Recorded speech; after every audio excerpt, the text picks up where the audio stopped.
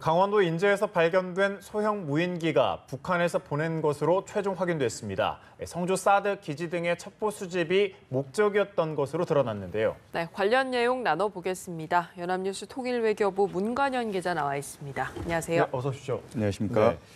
이 무인기 북한 강원도 금강군에서 출발했다는 사실이 밝혀졌습니다. 네. 스모킹건이 나온 셈인데 이 무인기가 이렇게 위협적인데도 우리 군은 좀 속수무책이라고요. 네, 지난 8일 그 강원도 인제 야산에서 무인기가 발견되고 나서 국가정보원과 합참, 기무사, 경찰 그리고 이제 국민안전처가 13일 동안 조사를 해서 어제 결과를 발표했는데요. 네. 놀랍게도 이 무인기는 그 체코산 2기통 엔진 그리고 스위스산 GPS 그리고 일제 카메라, 중국 그 엔진 등 6개 나라 제품들을 복합적으로 만들어서 제작한 걸로 최종적으로 확인이 됐습니다. 예. 그렇기 때문에 그 국산 같은 경우에도 그 서브 모터가 있는데요. 날개를 조종하는 예. 국산 부품까지 들어간 걸로 봐서는 이 무인기를 제작하는 데 있어서 국제사회의 어떤 제재망이 어떤 구멍이 뚫린 것이 아닌가 이런 또 지적이 나왔습니다. 굳이 이제 단가를 따지자면 2천만 원 그 안팎의 아주 저비용인데요. 북한에서는 이러한 그 무인기를 통해서 무려 5시간 동안 550km를 날아다니면서 약 550장의 사진을 찍었던 걸로 이번에 확인이 됐습니다. 예. 그렇기 때문에 북한이 마음만 먹는다면은 현재 제주도와 남해안 일부를 제외하고는 왕복 500km라면은 우리 뭐 한반도 전역을 갖다가 언제든지 주로 찍을 수가 있는데요. 우리 대상은 주로 이제 군사 시설이나 주요 국가 발전 시설 등이 될 수가 있겠습니다. 예. 특히 그 발진 지점이 그동안에는 이 북한의 소행이라는 것이 밝혀지지 않았는데 네. 이번에 출발한 지점을 GPS로 확인을 해보니까 강원도 금강군의 야산의 지역으로 이제 밝혀졌습니다. 그렇기 때문에 이번 그 무인기는 결국 북한의 소행이라는 것이 최종적으로 이제 결론이 났고요. 예. 특히 이제 북한에서 그 도발을 감행을 주도하는 정찰 총국이 이번 그 무인기 사건의 배후에 있는 걸로 확인이 됐습니다.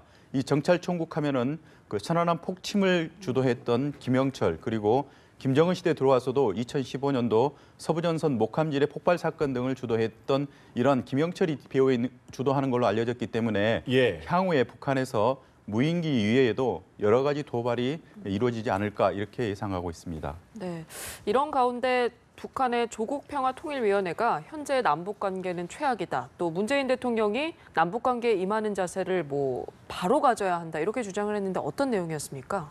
네, 그 북한의 공식 대남 기구인 조국평화통일위원회가 네. 지난 그 14일 날 당시 성명을 발표해서 뭐 민족 공조냐 외세 의존이냐 양자택일을 해라 성명을 발표했는데 예. 또 일주일 만에 조선중앙통신 기자와의 문답 형식으로 어젯밤에 또 발표를 했습니다. 특히 현재의 남북 관계가 최악의 상태다 이렇게 얘기를 했고요. 문재인 대통령한테 자세에 임하는 자세를 바로 가져야 한다 이렇게 지적을 한 부분이 눈길을 끌고 있습니다.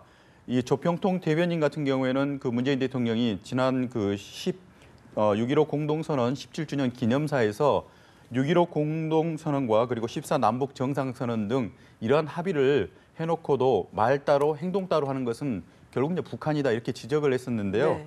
이런 부분에 대해서 반박을 했습니다. 현재 남북 관계가 진전이 없는 그런 책임을 결국은 이제 북한에 떠넘기기 위한 하나의 꼼수다 이렇게 지적을 했고요. 이렇게 보는 관점이라면은 그 남북이 대화를 하겠다고 한 자리에 앉는다 하더라도 상대방을 이제 도발자로 이제 매도를 하고 그리고 국제적인 제재 압박 이런 발언들을 한다면은 결국은 사실상 대화를 하지 않겠다 이런 의지로 받아들이겠다고 표현을 했습니다. 네. 특히 지금 그 남북 관계에 대해서는 남북이 향후에 이제 개선이 돼서 남북 관계가 선의를 가지고 대화 테이블에 앉는다 하더라도 어떤 그 결론을 내릴 수 있겠냐. 결국은 결론을 내릴 수 없을 만큼 남북 관계는 최악의 상태다 이렇게 규정을 했고요. 예. 조평통은 그동안에 이제 문재인 대통령이 출범한 이후에 단 한 번도 지적을 안 했고 이번 물론 이제 그 중앙통신 기자와의 문답에서도 직접적인 실명을 거론을 하지 않았지만 남조선 당국자 또는 남조선 집권자라 해서 문재인 대통령을 공식적으로 비난한 것은 어제 성명이 처음이었습니다. 그리고 아울러서 그 북한의 입장을 간접적으로 대변하는 게 일본의 예. 조선신보가 있는데요. 어제 오후에 이 조선신보가 결국은 그 문재인 대통령도 미국 트럼프 대통령의 대변인 역할이나 하고 있다 이렇게 또 비난을 해서 결국은 그 문재인 대통령을 비롯한 새로운 정부를 향한 북한의 이런 공세가 계속 강화되고 있는 추세입니다. 예. 이런 가운데 미국과 중국이 유엔 안보리가 제재 대상으로 올린 기업들과 사업 거래를 하지 못하도록 합의를 했다. 이렇게 소식이 있거든요. 북한에 대한 좀 압박의 효과가 있을까요? 트럼프 행정부가 출범한 이후에 미국과 중국이 이제 처음으로 안보 전략 대화를 가졌는데요. 이 자리에는 미국 측에서는 그 틸러슨 국무부 장관과 예. 제임스 매티스 국방부 장관, 그리고 중국에서는 양재츠 외교 담당 국무위원, 그리고 팡펑후이 인민해방군 총참모장 등 국무 외교와 안보 라인의 총책임자들이 한 자리에 모였습니다. 이 자리에서 결론적으로 말씀드리면은 그 북한의 지금 현재 여러 가지 핵과 미사일 도발에 따라서 유엔 안전보장이사회가 북한의 기업들을 제재 대상으로 올려놨는데요. 미국과 중국의 기업들이 유엔 안보리에 제재 대상으로 올라 있는 이런 그 기업들과 거래하는 것을 전면적으로 금지를 하겠다 이렇게 결론을 내렸습니다. 예. 그렇기 때문에 그동안에 이제 유엔 안보리의 대화에 가세를 해서 미국과 중국의 기업들까지 이제 참여를 할 경우에는 북한에 대한 돈줄을 아주 압박을 굉장히 강화할 걸로 현재 예상할 수가 있습니다. 향후에도 틸러슨 장관이 기자회견을 갖고요. 이제는 제가 모든 그 유엔 안보리의 그런 제재 조치를 전적으로 충실히 이행하도록 서로 이해를 했다 이렇게 한 걸로 봐서는 현재까지는 국제사회 특히 유엔을 중심으로 해서 북한에 대한 압박이 계속 강화되고 있다는 점을 시사를 했습니다. 그리고 앞으로도 이러한 국제사회의 여론을 등에 업고 북한에 대한 압박은 더욱 숨통을 조여가겠다는 걸로 이번에 미중 안보 전략 대화에서 합의가 됐다는 사실을 확인을 시켜주었습니다. 네, 그렇군요.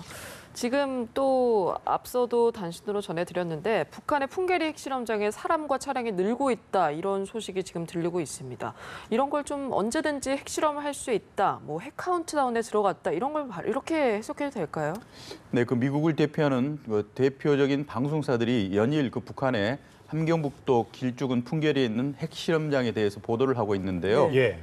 보수적인 그 폭스뉴스 같은 경우에는 어제 발표를 하기를 북한의 핵실험장에 현재 그 사람과 차량이 계속 증가를 하고 있다. 예. 그리고 그 미국 국방부 당국자가 이런 부분에 대해서 발언을 한 거를 인용을 하면서 보도를 했는데요. 이 당국자 같은 경우는 현재 미국이 보유하고 있는 정찰 위성을 통해서 풍계리 일대에 대한 동향을 계속 감시를 한 결과 이전과는 다른 형태의 사람과 그 차량들이 계속 풍계리에 모여들고 있다는 사실을 확인했다 이렇게 보도를 했습니다. 이러한 그 차량과 사람이 늘어나고 있는 것이 어떤 의미인지는 현재 정보 분석은 현재 최종적으로 내려지지 않았기 때문에 네. 결론을 내리지는 않았지만 이는 곧 북한이 언제든지 제6차 핵실험으로 직행할 수 있다는 점을 의미하고 있다 이렇게 볼 수가 있겠습니다.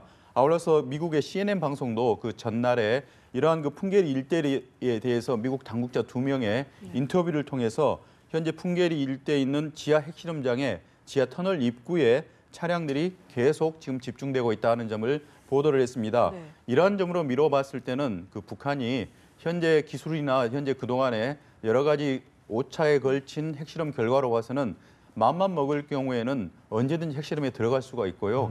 우리뿐만이 아니라 미국의 정보 이런 자산들도 북한이 핵실험 준비하는 거에 대해서는 사전에 탐지하는 것은 현재까지는 좀 어려운 걸로 알려졌기 때문에 임의의 시간에 북한이 핵실험할 수 있다는 것은 언제든지 가능하다 보고 우리 정보당국은 24시간 현재 감시태세를 강화하고 있는 실태입니다. 네, 계속 주목해 봐야 되겠군요. 알겠습니다. 통일외교부 문관현 기자 모시고 자세히 들어봤습니다. 고맙습니다.